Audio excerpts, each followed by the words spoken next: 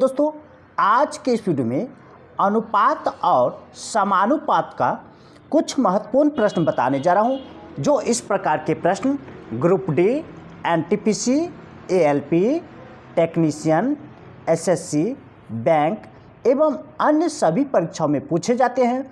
तो वीडियो को अंत तक जरूर देखिएगा, बहुत ही मजा आने वाला। तो चलिए प्रश्न की ओर चलते हैं। देखिए प्रश्न है, दो संख्याओं का अनुपात ये दिया गया है।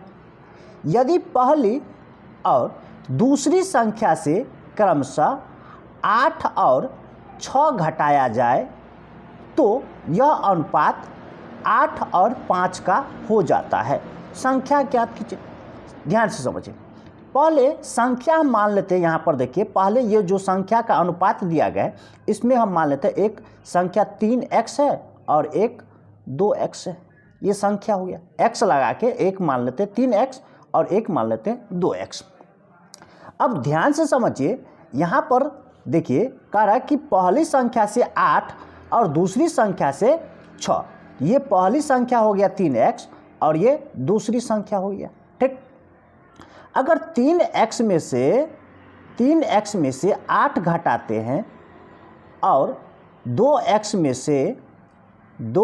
में से 6 घटाते हैं तो यह अनुपात बन जाता है 8 और 5 का। यानी अनुपात को बट्टे में हम लिख लेते हैं। ठीक। अनुपात को बट्टे में लिख सकते हैं। जैसे यहाँ पर देखिए 8 अनुपात 5 है, तो ये वाला ऊपर में यानी अंश में चला जाएगा और ये हर में आएगा। ठीक। तो ऐसे हम लिख लिए। अब ध्यान से समझिए, अब इसे पूरा समीकरण नहीं बनाना है, ये समीकरण में आ गया। शॉर्ट ट्रिक से कैसे बनाना है ध्यान से समझिए। अब हमें x का मान निकालना है। किसका निकालना है? x का। तो ध्यान से समझिए, यहाँ पर इस 5 को तिरछा गुना करेंगे ऐसे, तो देखिए 3 पंचे 15, तो 15x। ठीक। और ये देखिए इधर गुना करेंगे तो 2 अट्ठे 16x। अब देखिए 15 के पीछे क्या है? प्लस, और 16 के पीछे क्या है? प्लस। ठीक। तो ध्यान से समझिए, अगर दोनों के पीछे चिन्ह समान रहे, क्या रहे? समान चिन्ह रहे, तो वहाँ पर अंतर चिन्ह होगा, यानी घटाना है। अगर दोनों का चिन्ह समान रहे तो क्या करना है? घटाना है। जैसे यहाँ पर 15x के पीछे प्लस है और 16x के पीछे प्लस है, तो दोनों को घटा लेंगे। अगर दोनों का असमान चिन्ह रहता, जैसे एक प्लस में रहता एक माइनस में रहता, तो वैसे स्थिति में दोनों को जोड़ना है। ठीक। समझ में आ गया। तो अब देखिए 15x और 16x का अंतर कितना हुआ? x बराबर। अब समझिए, देखिए अब इधर गुना करेंगे तिरछा, ये 5 गुने 8 तो 40। माइनस में लिखना कुछ नहीं, मौखिक ही करना, लेकिन आपको बता रहे इसलिए लिख के बता रहे। देखिए 5 गुने 8 तो माइनस 40, और इधर पर 8 छक 48 माइनस 48। अब देखिए 48 के पीछे माइनस का चिन्ह है और 40 के पीछे माइनस का चिन्ह है। दोनों का चिन्ह समान है। अगर दोनों का चिन्ह समान है तो वहाँ पर क्या करना है? घटाना है। क्या करना है? घटाना, यानी अंतर लेना है। तो इस दोनों का अंतर कितना हो जाएगा? देखिए 48 में से 40 घटा लीजिए, यानी अंतर लेना है। बड़ा में से छोटा कम कर लीजिए, तो 8। ठीक। तो 8 का। अगर यहाँ पर इसका देखिए इस x का गुणज रहता तो यहाँ पर भाग दे देते। ठीक। ये गुणज को हटा के 8 को भाग देते, लेकिन यहाँ पर गुणज कुछ भी नहीं है x का, इसलिए x बराबर 8 ही आपका आंसर होगा। किसका?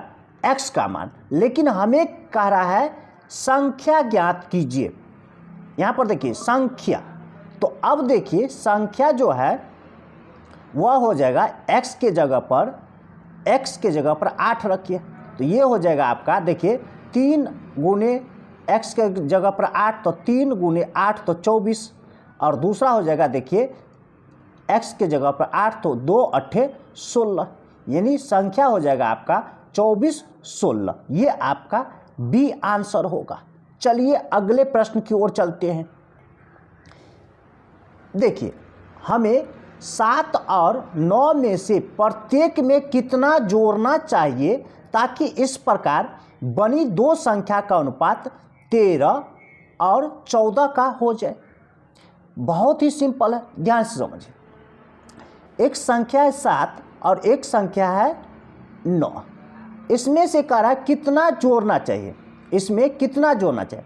मान लेते हैं जोड़ना है x जोड़ना है और x का मान हमें निकालना है, तो दोनों में x जोड़ दीजिए। ठीक, तो यह अनुपात कर रहा है 13 और 14 का हो जाता है। अब देखिए हमें क्या करना है, हमें इस समीकरण को पूरा हल नहीं करना है। देखिए तिरछा गुना करेंगे यहाँ पर ये, तो ये 14x हो जाएगा और ये 13x हो गया। देखिए दोनों के पीछे समान चिन्ह है, समान चिन्ह है तो दोनों का अंतर होगा। तो यहाँ पर देखिए ये 13x हो गया, सॉरी ये इधर ऐसे गुना करेंगे तो ये 14x हो गया और इधर गुना करेंगे तो ये 13x हो गया।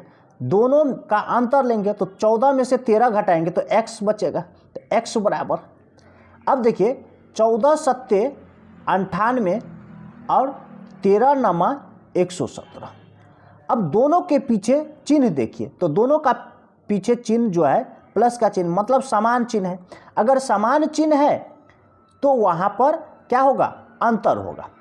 क्या होगा, अंतर। ठीक, तो अब देखिए दोनों का अंतर कितना हो जाएगा, तो 117 में से 98 घटा लीजिए तो कितना का अंतर, 19 का अंतर हो गया। यानी 117 में से 98 घटा लीजिए तो 19 का, यानी कितना दोनों तरफ जोड़ना पड़ेगा, 19। ये आपका ए आंसर होगा। चलिए अगले प्रश्न की ओर चलते हैं। देखिए दो संख्या का अनुपात 9-11 है। यदि इनमें से प्रत्येक संख्या में से 4 घटाया जाता है तो इसका अनुपात 7-9 का हो जाता है। इन दो संख्या का योग ज्ञात कीजिए। अब ध्यान से समझिए, एक संख्या है, ये अनुपात में दिया गया है, तो एक मान लेते हैं 9x और दूसरी संख्या 11x। अगर योग की बात करें, योग की, तो दोनों को जोड़ लेंगे तो 9x और 11x दोनों को जोड़ेंगे तो कितना, 20x हो जाएगा। ठीक, और हमें निकालना है योग। तो अब समझिए, पहले 9x संख्या है और एक 11x संख्या है, इसमें कह रहा है प्रत्येक संख्या से 4 घटाइए, तो 4 घटाइए प्रत्येक से, तो यह अनुपात बन के आता है 7-9 का। अब देखिए यहाँ पर ऐसे गुना करेंगे तो 9-9 81, 81x और चिन्ह प्लस का होगा, प्लस, इसके पीछे प्लस है तो प्लस का। यहाँ पर देखिए 11 सत्ते 77x। अब देखिए दोनों के पीछे प्लस का चिन्ह है तो समान चिन्ह है, समान चिन्ह रहने पर अंतर होता है। तो 81 में से 77 घटाएंगे तो कितना, 4x। ठीक, बराबर। अब यहाँ पर देखिए, यहाँ पर देखिए 9 चौक 36 माइनस 36 और इधर 7 चौक 28, दोनों के पीछे देखिए माइनस लगा है चिन्ह। तो अगर समान चिन्ह है तो अंतर करना है, तो 36 में से 28 घटाइए, कितना हो जाएगा, 8। ठीक, अब देखिए x का गुणज कितना है, 4, तो इस 4 से इसको भाग देना तो x बराबर निकल जाएगा। तो यहाँ पर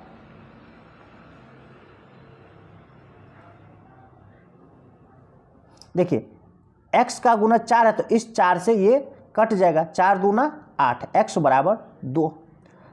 अब देखिए कह रहा है इन दो संख्या का योग, तो जहाँ x है वहाँ पर 2 रख देंगे। तो देखिए योग बराबर निकाले 20x, तो यहाँ पर x के जगह पर 2 रखेंगे तो 20 गुने 2 बराबर कितना, 40 हो जाएगा। यानी संख्या का योग 40, ये आपका बी आंसर होगा। चलिए अगले प्रश्न की ओर चलते हैं। अनुपात 7 और 11 के प्रत्येक पद में क्या जोड़ा जाना चाहिए कि इसका मान 4:5 5 के बराबर हो जाए। अब ध्यान से समझिए, अगर यहाँ पर हम 7 प्रत्येक पद में कह रहा है ना, प्रत्येक पद में क्या, तो अनुपात है 7 और 11 का, तो यहाँ पर मान लेते हैं x जोड़ लेते हैं, दोनों तरफ x जोड़ लेते हैं, तो यह अनुपात बन के आता है 4-5 का। ठीक, अब इसे हल करेंगे तो यहाँ पर देखिए 5x हो जाएगा, ये 5x प्लस में और ये 4x प्लस में, तो देखिए पीछे प्लस प्लस है दोनों में, तो समान चिन्ह है, समान चिन्ह है तो अंतर लेना होगा। ठीक, तो इस दोनों का अंतर होगा 1 यानी x, तो x बराबर, अब इधर देखिए 7×5 = 35 और इधर 11×4 = 44, दोनों का चिन्ह क्या है, प्लस प्लस है, तो यहाँ पर भी अंतर होगा, तो 44 में से 35 घटा लीजिए तो कितना हो जाएगा 9, यानी कितना जोड़ना चाहिए 9, ये आपका बी आंसर होगा। चलिए अगले प्रश्न की ओर चलते हैं। देखिए इसका वर्गमूला अनुपात ज्ञात करना है, नाम से ही स्पष्ट है कि वर्गमूल इसका ज्ञात करना है। तो देखिए 225 का वर्गमूल निकालना है और इसका 144 का वर्गमूल निकालना है। हम लोग जानते हैं अगर 1 से 20 तक का वर्ग याद होगा तो हम लोग जानते हैं कि 15 का वर्ग करने पर 225 आता है। ठीक, और 12 का वर्ग करने पर 144 आता है, तो यही आपका आंसर होगा, यानी 15:12, ये आपका डी आंसर होगा। अगर 1 से 20 तक का वर्ग आपको याद नहीं है तो फिर हम सेकेंडों में कैसे वर्गमूल निकालेंगे, ध्यान से समझिए। आपको 1 से लेकर के 9 तक का वर्ग तो जरूर याद होगा, नहीं याद होगा तो याद कर लीजिएगा वर्ग कैसे निकालते हैं, ध्यान से समझिए। जैसे 1 का वर्ग करेंगे तो इसका अर्थ हुआ इसी संख्या को 2 बार गुना करना है, 1 × 1 यानी 1। अगर 2 का वर्ग बोलेंगे तो 2 को 2 बार गुना कीजिए, 2 × 2 यानी 4। अगर 3 का वर्ग बोलेंगे तो इसका अर्थ हुआ 3 × 3 यानी 2 बार गुना करें तो 9।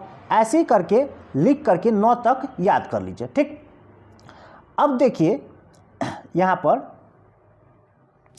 अगर 6 का वर्ग करते हैं तो देखिए 6 का वर्ग करने पर देखिए 36 आ रहा है, तो इकाई अंक इधर हुआ तो 6 आया। अगर 7 का वर्ग करेंगे तो देखिए 7×7 = 49, देखिए इकाई अंक पर 9 आया। तो यही हमें याद करना है कि किसका इकाई अंक क्या आ रहा है। तो अब देखिए यहाँ पर पहले 2 अंक पकड़ेंगे, इसको इस 225 में 2 अंक पकड़िए। अब देखिए कि 5 किस संख्या के वर्ग करने पर आ रहा है, तो देखिए 5 का वर्ग करेंगे तो देखिए इकाई अंक पर 5 आ रहा है। ठीक, तो फिक्स है कि यहाँ पर 5 होगा। अब बचा ये 2, तो अब देखिए किस संख्या के वर्ग के बीच में आ रहा है, तो 1 का वर्ग कर रहे हैं, 1 का वर्ग तो 1 और 2 का वर्ग करेंगे तो यहाँ पर देखिए 4 आ रहा है, तो इस दोनों के बीच में 2 है, तो दोनों के बीच में 2 है तो इसका मतलब नीचे वाला भाग होगा, यानी 1 पकड़िए, यहाँ पर 4 तो है होगा नहीं, ये 4 अगर 4 से ऊपर रहता तो 2 पकड़ते, लेकिन इस दोनों के बीच में तो नीचे वाला ही पकड़ना है, तो 1 पकड़ना है, तो इसका अर्थ हो गया इसका वर्गमूल 15 आया, तो 15 आ गया। अब देखिए 144 का कैसे लेंगे, तो यहाँ पर ध्यान से समझिए। सबसे पहले यहाँ पर 2 अंक पकड़िए, तो 2 अंक पकड़ रहे हैं, तो यहाँ पर देखिए इकाई अंक 4 है, तो किसका वर्ग करने पर 4 आता है, तो एक जो है 2 का वर्ग करेंगे तो 4 आ रहा है और एक 8 का वर्ग। ठीक, 2 का वर्ग करने पर 4 और 8 का वर्ग करने पर इकाई अंक 4 आ रहा है। अब बचा 1, तो 1 जो है यहाँ पर देखिए इसका मतलब 1 का वर्ग करेंगे तो 1 और 2 का वर्ग करेंगे तो 4, तो इस दोनों के बीच में ही हुआ, यानी ये निचला सिरा वाला होगा, तो 1 दोनों पर 1 बैठा दीजिए। अब देखिए दोनों में कन्फ्यूजन है, 12 होगा इसका वर्ग, इसका वर्गमूल, या 18 होगा इसका वर्गमूल, दोनों में कन्फ्यूजन है। तो एक काम कीजिए, यहाँ पर जो 1 है, यहाँ पर 1, ठीक, इसका आगे वाला सिरा के साथ गुना कीजिए, 1 × 2, तो अब देखिए ये 2 आया। यहाँ पर देखिए 1 लिए है ना दोनों में, दोनों में 1 लिए हैं, तो इस 1 को इसके आगे क्या आता है, 1 के बाद 2, तो इसके साथ गुना कीजिए, तो देखिए 2। अब देखिए इस 2 से या ये वाला अगर छोटा है तो छोटा वाला लेंगे, अगर इस 2 से बड़ा या बराबर रहते तो बड़ा वाला लेते। तो इस 2 से देखिए 1 छोटा है, मतलब ये आपका 12 ही आंसर होगा, यानी 144 का वर्गमूल 12 ही होगा। ठीक, चलिए अगले प्रश्न की ओर चलते हैं। एक स्कूल के 504 छात्रों में लड़कियों और लड़कों का अनुपात ये दिया है।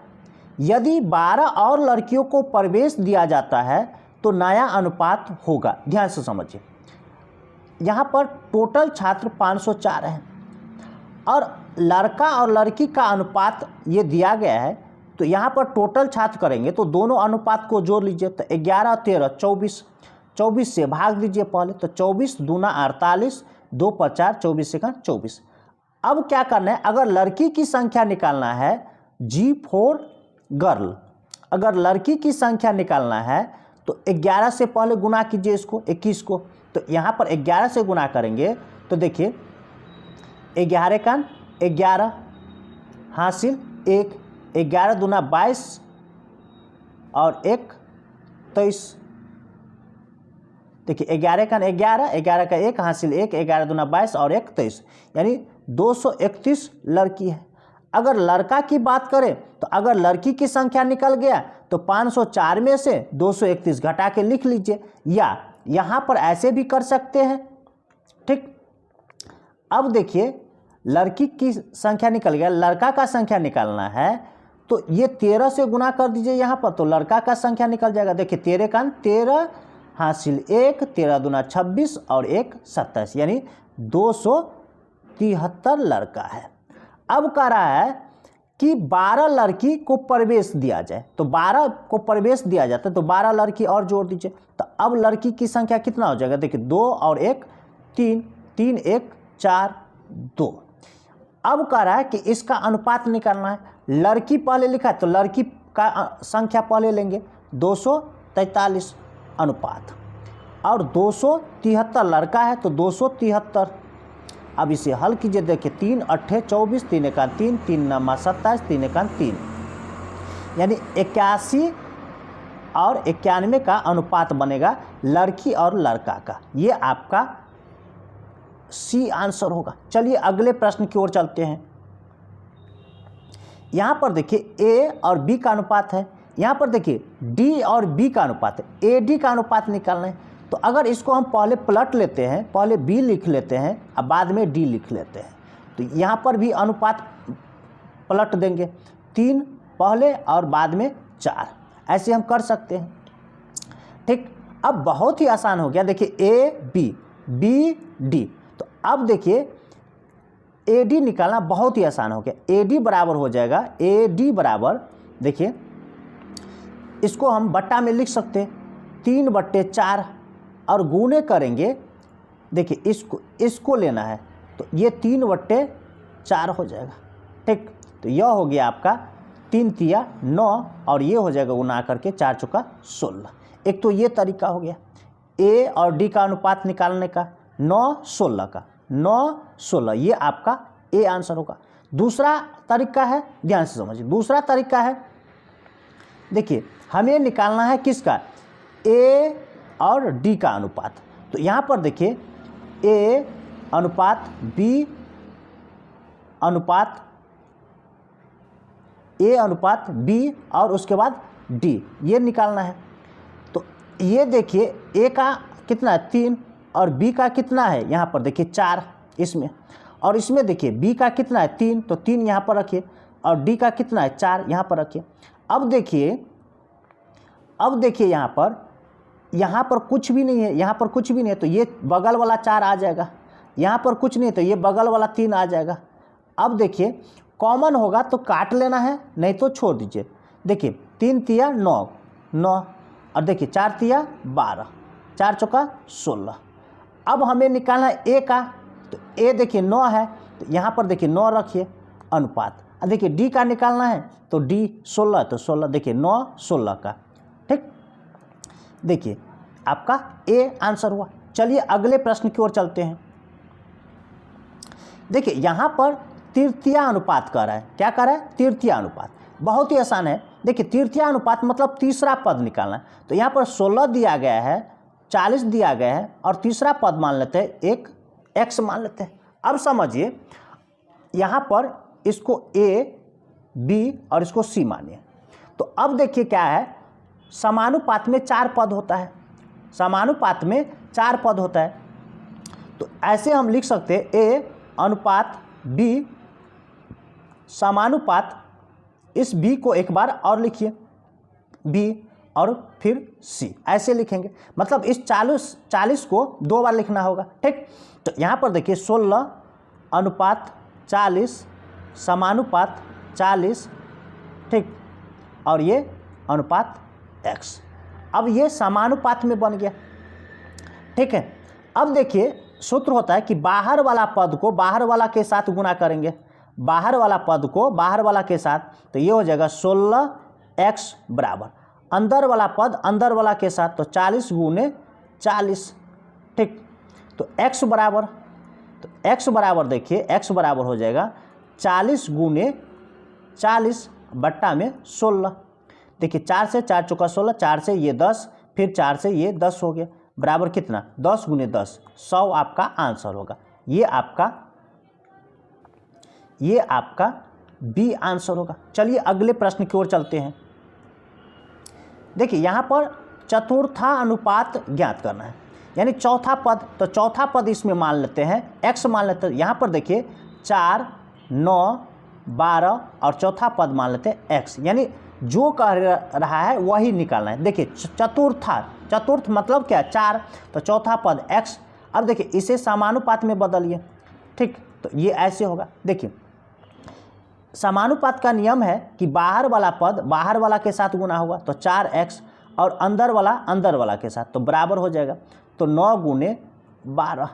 अब देखिए 4 1 4, 4 तिया 12, तो x बराबर कितना 9 तिया 27। ये आपका सी आंसर होगा। चलिए अगले प्रश्न की ओर चलते हैं। यहाँ पर देखिए ये मान दिया गया है और कह रहा है कि इसका मान निकालना है। तो a बराबर देखिए नीचे में जो दिया गया है वही होगा, a बराबर 2 हो जाएगा। ये देखिए a बराबर 2, b बराबर 3 और c बराबर हो जाएगा 5। अब जोड़ दीजिए तीनों का योग, a b c तीनों का योग, तो देखिए 2 3 5 5 और 5 10, अब बट्टा में c, तो c कितना है 5। अब हल कीजिए 5 1 5 5 दूना 10, यानी 2 आपका आंसर होगा, ये ए नंबर। चलिए अगले प्रश्न की ओर चलते हैं। कुछ फलों को इस चारों में वितरित किया गया, किस अनुपात में, इस अनुपात में। तो कह रहा है कि ए को अगर 192 फल मिले तो बी और सी दोनों को मिलाकर कितने फल मिले। ध्यान से समझिए, आंकड़ा जो दिया गया है 192 किसका आंकड़ा है, ए का, तो ये 192। अब इस अनुपात में ए का आंकड़ा उठाइए, अनुपात में, तो अनुपात में ए का आंकड़ा देखिए कितना है 3, तो 3 से भाग देना है। हमें किसका निकालना है, बी और सी का मिला करके योग, बी और सी का, तो बी और सी दोनों को उठाना है। यहाँ पर अनुपात में बी और सी दोनों का उठाना है। देखिए बी का है 4 और सी का कितना है 5, तो इस दोनों को जोड़ लीजिए, तो 5 4 9, 9 से क्या करना है गुना कर दीजिए। अब इसे हल कीजिए, देखिए 3 तिया 9, अब 3 गुने 192 कर दीजिए, तो 6, देखिए 19 तिया 57, यानी 576 आपका आंसर होगा। ये आपका ए आंसर होगा। चलिए अगले प्रश्न की ओर चलते हैं। यहाँ पर देखिए x की धनराशि को ए बी और सी के बीच इस प्रकार विभाजित किया जाता है कि उनके हिस्से का अनुपात ये है। यदि बी और सी के हिस्से के बीच का धनात्मक अंतर ये है तो x का मान। अब बहुत ही मज़ेदार है, देखिए ये जो आंकड़ा दिया गया है किसका है, बी और सी का हिस्सों का अंतर है। तो यहाँ पर देखिए 5940 रखे ऊपर में, ये बी और सी का अंतर है, तो ये अनुपात में बी और सी का अंतर लेना है। तो देखिए ये 3 और 5 दोनों का अंतर, तो 5 में से 3 घटाए तो 2। हमें क्या निकालना है, यहाँ पर देखिए x का मान निकल, x क्या है, कुल धन है, कुल धन।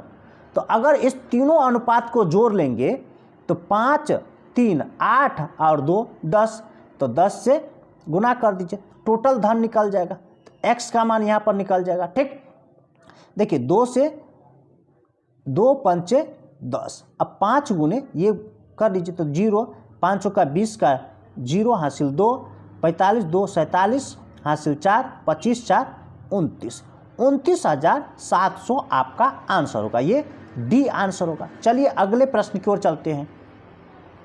ए और बी की आय का अनुपात ये दिया गया है और उनकी बचत का अनुपात ये दिया गया है। यदि ए और बी क्रमशः ये और ये खर्च करते हैं तो ए और बी की आय का अंतर ज्ञात कीजिए।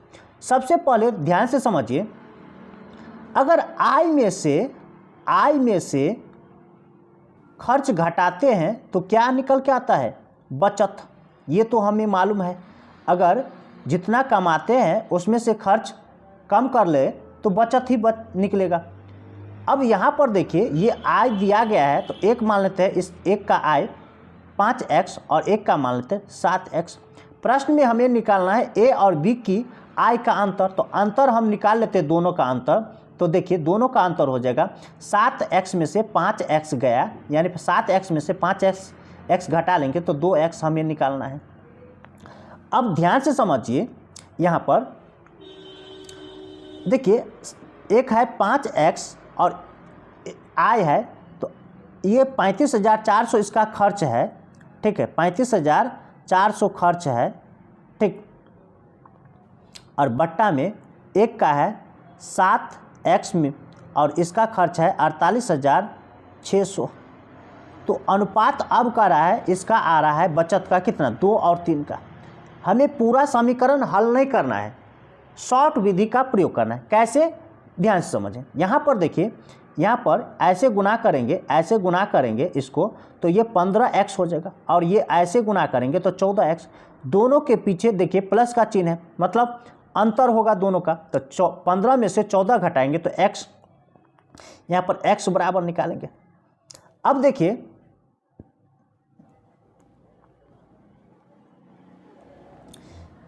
देखिए यहाँ पर अगर ऐसे हम गुना करेंगे, ऐसे, ठीक, तिरछा ऐसे, तो देखिए ये 2 0 तो 0 0, 2 छक्के 12 का 2 हासिल 1। ठीक, 2 छक्के 12 का 2 हासिल 1, 2 अट्ठे 16, 1 17 हासिल 1, 8 और 1 9, 97,200। अब ऐसे हम ऐसे गुना करेंगे तो देखिए 0 0, 12 का 2 हासिल 1, 15 1 16 हासिल 1, 9 1 10। अब देखिए दोनों का पीछे प्लस का माइनस है, दोनों में माइनस है। अगर चिन्ह समान है तो वहाँ पर भी क्या होगा, अंतर होगा, तो इसमें से घटा लीजिए। तो देखिए 0 0 0, 16 में से 7 तो 9, ये 0 हो जाएगा, यानी यहाँ पर 9,000 होगा।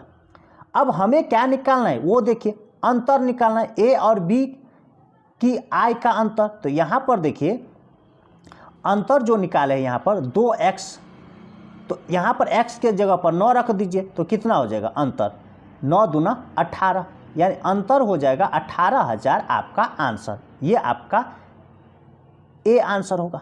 चलिए अगले प्रश्न की ओर चलते हैं।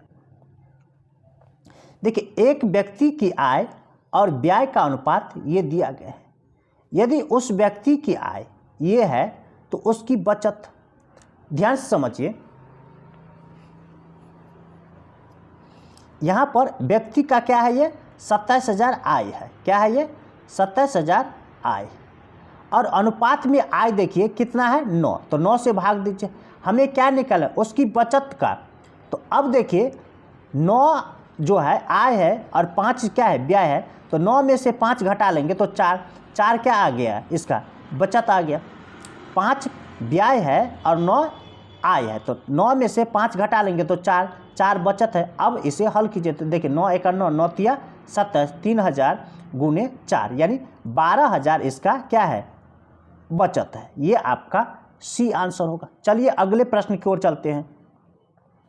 यहाँ पर देखिए हमें निकालना है ए बी सी का अनुपात, और यहाँ पर देखिए ए का 1/3, बी का 3/4, सी का 1/6, सभी का सभी बराबर है। तो यहाँ पर देखिए, यहाँ पर अगर हम इस पूरे के बराबर के मान लेते हैं तो यहाँ पर हो जाएगा देखिए ए बराबर हो जाएगा कितना 3K, ठीक। बी बराबर हो जाएगा 4K बट्टा में ये 3 हो जाएगा, ठीक। और सी बराबर हो जाएगा 6K, ठीक। तो यहाँ पर हमें ए बी और सी का अनुपात निकालना है। अब देखिए इसके नीचे 1 है, इसके नीचे 3 है और इसके नीचे कितना 6 है, ठीक। यहाँ पर देखिए 3K, इसका हर 1, इसका हर 3, इसका हर 1, तो इन तीनों का लघुत्तम कितना होगा 3। अब 3 से प्रत्येक को गुना कर दीजिए। तो देखिए यहाँ पर गुना करेंगे तो 9K हो जाएगा, ठीक, अनुपात। यहाँ पर गुना करेंगे तो 4K हो जाएगा अनुपात, और यहाँ पर गुना करेंगे तो 18K हो जाएगा।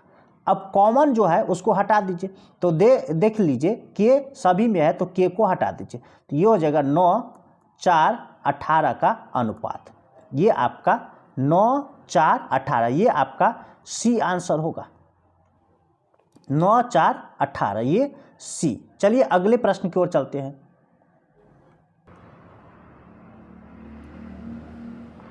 देखिए 3 संख्या का गुणनफल ये दिया गया है और 3 संख्या का अनुपात ये दिया गया है। तीनों संख्या में बड़ी संख्या ज्ञात कीजिए। अब देखिए ये जो संख्या दिया गया गुणनफल है, तो यहाँ पर एक संख्या हो जाएगा 3x और एक हो जाएगा 5x और ये तीसरा हो जाएगा 2x। इसमें सबसे बड़ी संख्या है 5x, ठीक, यही हमें निकालना है। लेकिन तीनों को हम अगर गुना करेंगे आपस में तो देखिए 2 गुने 5 गुने 3 यानी 10 तिया 30x हो जाएगा, और x का क्यूब हो जाएगा, 3 बार है तो क्यूब, ये बराबर हो जाएगा 102 और ये 90। अब देखिए 0 से ये 0 कट जाएगा, इसे हल करेंगे तो ये हो जाएगा 3 तिया 9, 3 चौका 12, 3 तिया 9। तो x बराबर ये इसका अंदर हो जाएगा 343, यानी ये क्यूब हटाएंगे, ठीक है, ये हटाएंगे तो ये घनमूल के अंदर आ जाएगा। और इसका हल करेंगे तो देखिए 7 का क्यूब होता है 343, 7 गुने 7 गुने 7 हमें याद है, तो ऐसे निकाल सकते, नहीं तो इसका फैक्टर तोड़िए, ठीक। देखिए 343 का फैक्टर तोड़िए, तो देखिए 7 से 7 चौक 28, 7 नमक 63, फिर 7 से 7 7 49, देखिए 3 बार है, तो इसका अर्थ हुआ अगर 7 3 बार है तो 1 7 आपका बाहर आएगा, ठीक। अब हमें निकालना है सबसे बड़ी संख्या तीनों में, तो x के जगह पर 7 रख दीजिए, तो यहाँ पर 7 रखेंगे तो 7 पंचे कितना हो जाएगा 35, यानी 35 सबसे बड़ी संख्या, ये आपका बी आंसर होगा। चलिए अगले प्रश्न की ओर चलते हैं। यदि 3 संख्या का अनुपात ये दिया गया है और उनका योगफल 280 का आधा है, तो तीनों में सबसे छोटी संख्या का वर्ग कितना है? ध्यान से समझिए, यहाँ पर 280 का आधा का रहा है, उनका योग है, तो इसका आधा कितना हो जाएगा 140। अब ये तीनों संख्या का योग है तो अनुपात को जोड़ के लिख लीजिए नीचे में, तो ये 14 हो जाएगा। देखिए 7 5 12 2 14। सबसे छोटा कौन है इस अनुपात में? 2, तो 2 से गुना कर लीजिए तो संख्या निकल जाएगा छोटी, तो ये 14 का 14 1 0, 10 गुने 2 तो 20। अब देखिए सबसे छोटी संख्या 20 है, इसका वर्ग करेंगे तो इसका वर्ग, अब देखिए इसका वर्ग का अर्थ हुआ 20 2 बार ऐसे लिखिए और आपस में गुना कर दीजिए तो कितना हो जाएगा 400, यानी 400 आपका आंसर होगा, ये ए आंसर होगा। चलिए अगले प्रश्न की ओर चलते हैं। यहाँ पर देखिए राकेश के पास 2 रुपये और 5 रुपये मूल्य वर्ग के सिक्के हैं।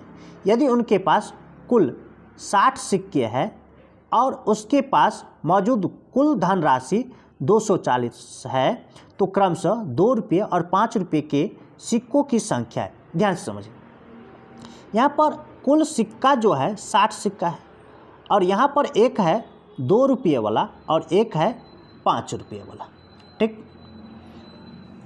अब देखिए हमें जो भी निकालना है, जो भी अगर 2 रुपये वाला निकालना है तो हम मान लेंगे पूरे का पूरा 5 रुपया वाला सिक्का है। अगर हमें 5 रुपया वाला सिक्का निकालना है तो हम उसका उल्टा मानेंगे। 5 रुपया वाला निकालना है तो मान लेते हैं हम 2 रुपया वाला पूरा सिक्का है।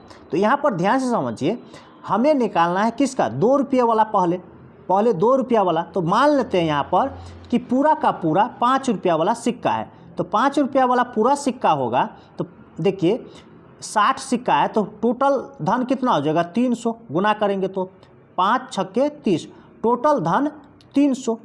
अब देखिए जबकि हमें प्रश्न में कुल धन जो दिया गया है कितना, 240 दिया गया है। इस दोनों का अंतर ले लीजिए, इस दोनों का अंतर तो कितना, 60। कितना आ गया, 60। 300 में से 240 घटा लीजिए। अब देखिए इस दोनों का अंतर लेना, इस दोनों का अंतर, ठीक। तो इस दोनों का अंतर कितना, 3। 5 में से 2 घटाएंगे 3। अब देखिए 3 से 3 दूना 6, 0। यानी 2 रुपया वाला सिक्का की संख्या कितना है, देखिए 2 रुपया वाला सिक्का की संख्या कितना निकल के आया, 20। अब 2 रुपया वाला सिक्का 20 है तो 60 में से 20 घटा लीजिए तो कितना, 40। 5 रुपया वाला कितना हो जाएगा, 40। यही आपका आंसर होगा, ये डी आंसर होगा। चलिए अगले प्रश्न की ओर चलते हैं। किसी बक्से में 1 रुपये 50 पैसे और 25 पैसे के सिक्के हैं और उनका अनुपात ये दिया गया है। यदि 50 पैसे सिक्के की संख्या 80 है तो बक्से में कितने रुपये हैं। ध्यान से समझिए, यहाँ पर 1 रुपया वाला, ठीक है, ये सिक्का की संख्या, यहाँ पर सिक्के। अब देखिए इसका अनुपात 1 का रहा है। अगर 50 पैसे, तो 50 पैसे को हम ऐसे लिख सकते हैं रुपया में कन्वर्ट करके, 50/100। तो ये हो जाएगा 1/2। तो यहाँ पर 1/2 लिख सकते हैं, ठीक। और 25 पैसे को कन्वर्ट करेंगे रुपया में तो 25/100 करेंगे तो 25 सेकंड 25, 25 चौका 100, 1/4 लिख सकते हैं 25 पैसा को। तो देखिए 1 रुपया का सिक्का 1 अनुपात में है, इसका 2 है और इसका 3 है। अब यहाँ पर ध्यान से समझिए, यहाँ पर देखिए ये 50 पैसे के सिक्के की संख्या है 80, तो 80 ऊपर में रखेंगे। अगर ये 50 पैसे के सिक्के की संख्या है तो यहाँ पर देखिए इसका अनुपात कितना है, 2। तो 2 से भाग दीजिए। 50 पैसे सिक्के का संख्या 80 है और 50 पैसे सिक्के का अनुपात 2 है, यहाँ पर देखिए 2। तो 2 से भाग दीजिए तो कितना, 40। अब इस 40 को क्या करना है, प्रत्येक में गुना कर दीजिए। तो ये हो जाएगा 40, ये हो जाएगा 80 और ये हो गया 120।